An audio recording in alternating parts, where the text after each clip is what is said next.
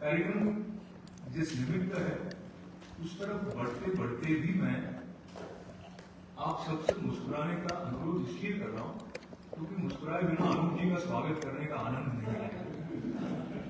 और अनूप जी का स्वागत करना आज विशेष रूप से एक अलग उल्लास के साथ हो रहा है क्योंकि तकनीकी के साथ जुड़े हुए रहने के अलावा इनके भीतर जो सबको जोड़कर साहित्य की तरफ उनका ध्यान मोड़ने का जो भाव रहा है वो कई वर्षों से हम देखते रहे हैं। और उनके परिचय में बस ये तो मैं याद करना ही चाहूंगा कि वो 13 साल के थे तब उनकी एक कविता पहली बार किसी पुस्तक में प्रकाशित हुई। उसका जो नशा है वो चढ़ा है। और जब मनुष्य को आनंद नहीं आएगा कोई कार्य करने में तो वो उस कार्य के साथ बहुत दूर तक जा नहीं सकता है। तो आनंद के साथ अनन्य की तरफ बढ़ते हुए ये जो अनूप जी का 1983 में अमेरिका में आना हुआ है, तब से इनके भीतर रजनी जी की सानिध्य से भी और दोनों में काव्य संस्कार पूरी तरह जागृत रहे हैं। उसका लाभ समय समय पर हमें मिलता है। पर एक कवि एक कुशल प्रबंधक हो ऐसा कम होता है। अनूप जी में वो वाली जो गुणवत्ता है उसका लाभ कई संगठनों को मिलता है। कई वर्षों से बहुत बड़े अच्छे जो साहित्य के पुरोधा कवि हैं उनके अमेरिका आने के पीछे आपका बहुत समर्पण रहा है। उनमें से कुछ नाम लेकर मैं गौरवान्वित इसलिए हो रहा हूँ कि गोपाल दास नीरज जी हुए, अशोक वाजपेयी जी हुए, सोम ठाकुर जी हुए, कुमार बेचन जी और अभी हम अशोक चक्रवर्ती को देखेंगे भी। इनमें से कुछ के साक्षात्कार भी मुझे अनूप जी के निमित्त लेने का अवसर हुआ। और मैं बहुत अनौपचारिक होते हुए जब बहुत सारी बातें अनूप जी के बारे में करने की उनको नहीं करते हुए उनको बुलाऊंगा तो मुझे पता है वो उससे नाराज नहीं होंगे। तो इसलिए वो हिंदी और टेक्नोलॉजी के ऊपर विशेष उनका काम है और एक विश्व हिंदी सचिवालय ने भी आपका जो हिंदी भाषा में योगदान रहा है उसको पहचान की है। तो मुझे ये देखना है कि आप में से रजनी जी को तालियां बजाने में कौन लीड कर सकता है।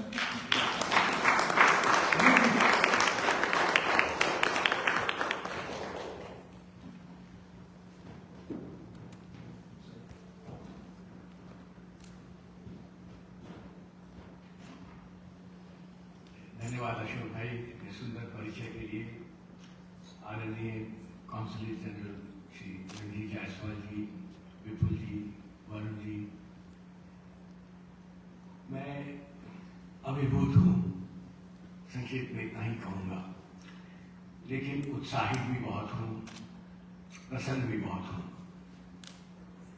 ये एक स्वप्न देख रहा हूँ मैं जो साकार होने वाला है।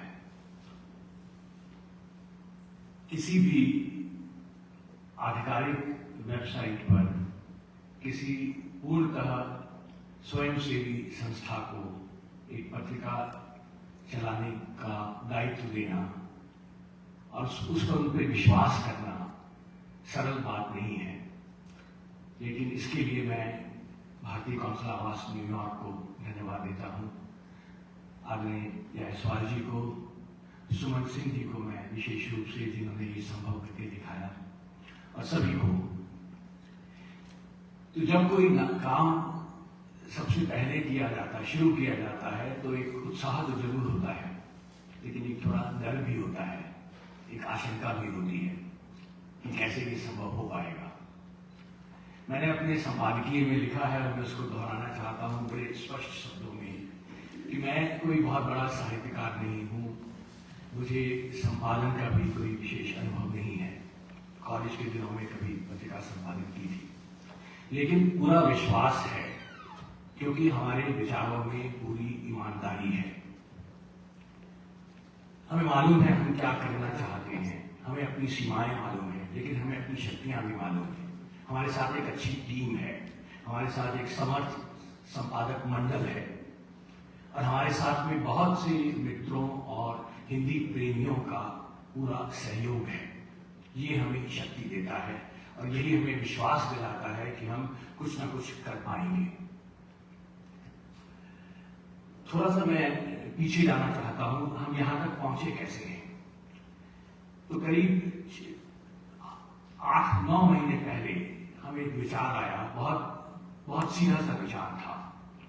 हमने कहा कि हिंदी को आगे बढ़ाने के लिए क्या करना चाहिए, इस पर विचार और मंथन तो बहुत हो रहा है।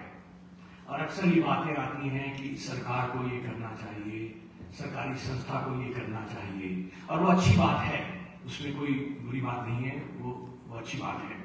लेकिन फिर हमने ये सोचा कि वो तो जरूरी है ही, लेकिन हम खुद क्या कर सकते हैं, इसके बारे में हम सोचें।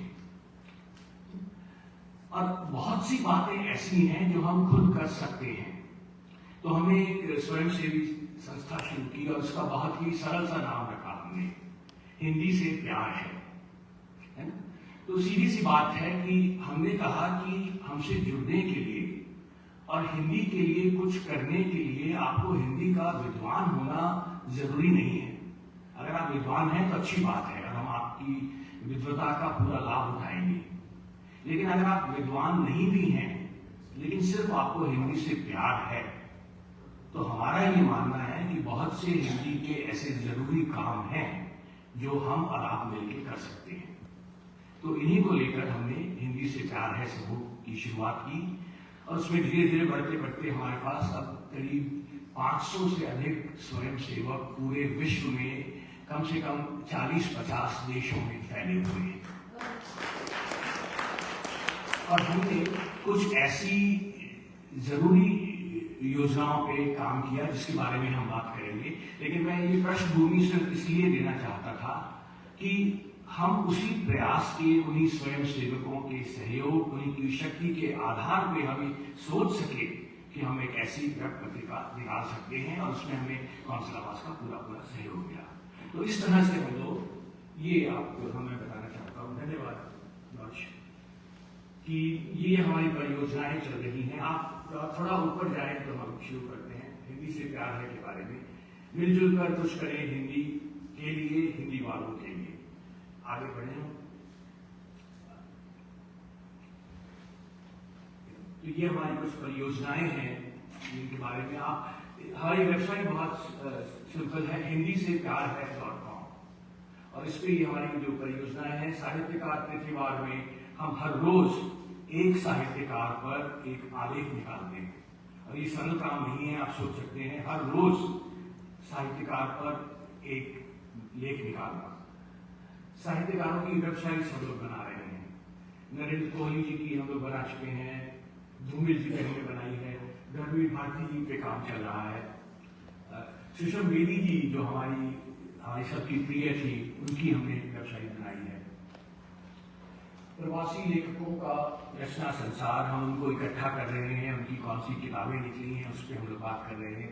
100 कालजयी पुस्तकें एक अपने आप में प्रोजेक्ट है जिसमें हम 100 कालजयी पुस्तकों का चयन कर रहे हैं और उन पे हम 5-5, 7-7 मिनट के वीडियो बना रहे हैं, जिससे कि अगर आप उस किताब के बारे में जानना चाहते हैं तो आपको सिर्फ 5 मिनट खर्च करने होंगे और आपको पता लग जाएगा कि उस किताब में क्या अच्छा है, क्या नहीं है, आपको पढ़ना है या नहीं पढ़ना है।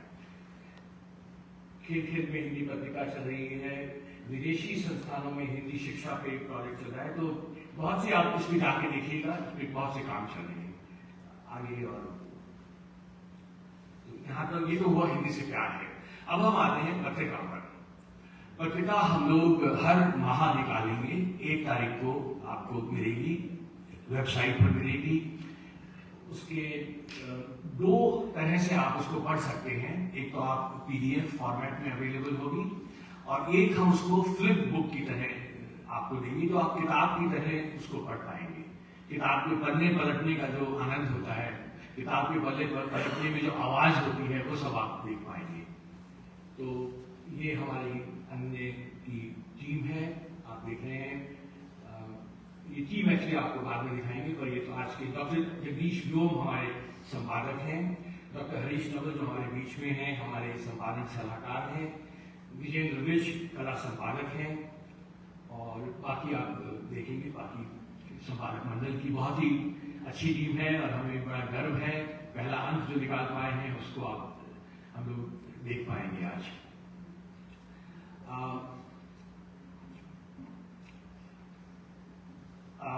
तक दो बातें मैं और कहना चाहूंगा पत्रिका के बारे में कि जब आप कोई पत्रिका निकालने लगते हैं तो दो सवाल उठते हैं। पहला है भाषा का, कि उसकी पत्रिका की भाषा कैसी हो, और दूसरा होता है कि उसमें विषयों का चयन कैसा हो, किस तरह की बातें हो। तो यहां पर हमें एक शब्द जो मैं इस्तेमाल करूंगा कि वो है संतुलन। हमने दोनों तरह से भाषा में और विषयों के चयन में एक संतुलन बनाने की कोशिश की है। हमने कोशिश की है कि भाषा ऐसी भी ना हो जो कि किसी को समझ में ना आए, और ऐसी बालारू भी नहीं हो जो हम पढ़ते हुए हमें शर्म आए कि ये हम क्या हिंदी पढ़ रहे हैं। तो हमने भाषा के बारे में एक ऐसी भाषा चुनी है जो कि आसानी से गाहे हो, जिसको आप समझ सकें, जिसको आप महसूस कर सकें। और जहां तक विषयों का सवाल है, उसमें भी हमने विविधता लाने की कोशिश की है। उसमें कहानियां होंगी, कविताएं होंगी, लेख होंगे, व्यंग होंगे, कार्टून होंगे, और यहाँ के प्रवासी भारतीयों से जुड़ी जिंदगी की बातें होंगी जो आपको और पत्रिकाओं में नहीं मिलेंगी। जहां तक लेखकों का सवाल है, हमने उसमें भी संतुलन लाने की कोशिश की है।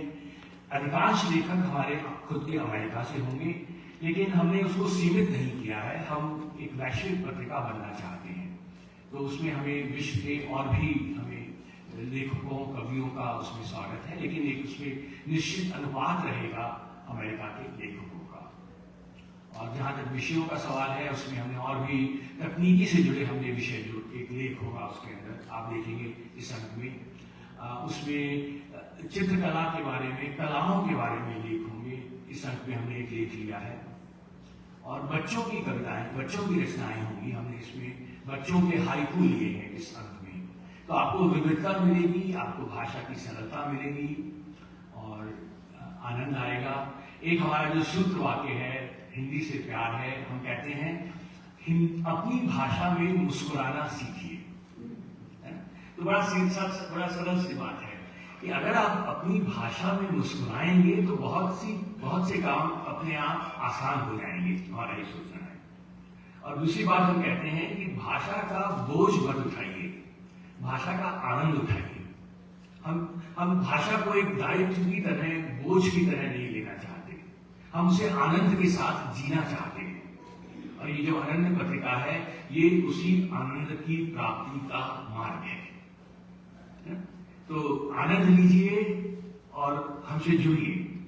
हमारा पता है बड़ा सरल सा, हिंदी से प्यार है .com हमारी साइट है, हिंदी से प्यार है @gmail.com हमारी ईमेल है, अनन्य.पत्रिका हमारा पत्रिका का पता है। हमें उस पर लिखिए, हमसे जुड़िए। हमें आप सबकी जरूरत है, क्योंकि हमारी टीम कितनी भी सक्षम हो, हम सफल तब तक नहीं होंगे जब तक हमें आपका सहयोग नहीं मिलेगा। तो हमें आपका सहयोग चाहिए, हमें आपके सुझाव चाहिए, और हम ये वादा करते हैं कि हम बिल्कुल खुले दिमाग से उन सुझावों को सुनेंगे और उन्हें हम लाने की कोशिश करेंगे। अभी बस इतना ही। धन्यवाद।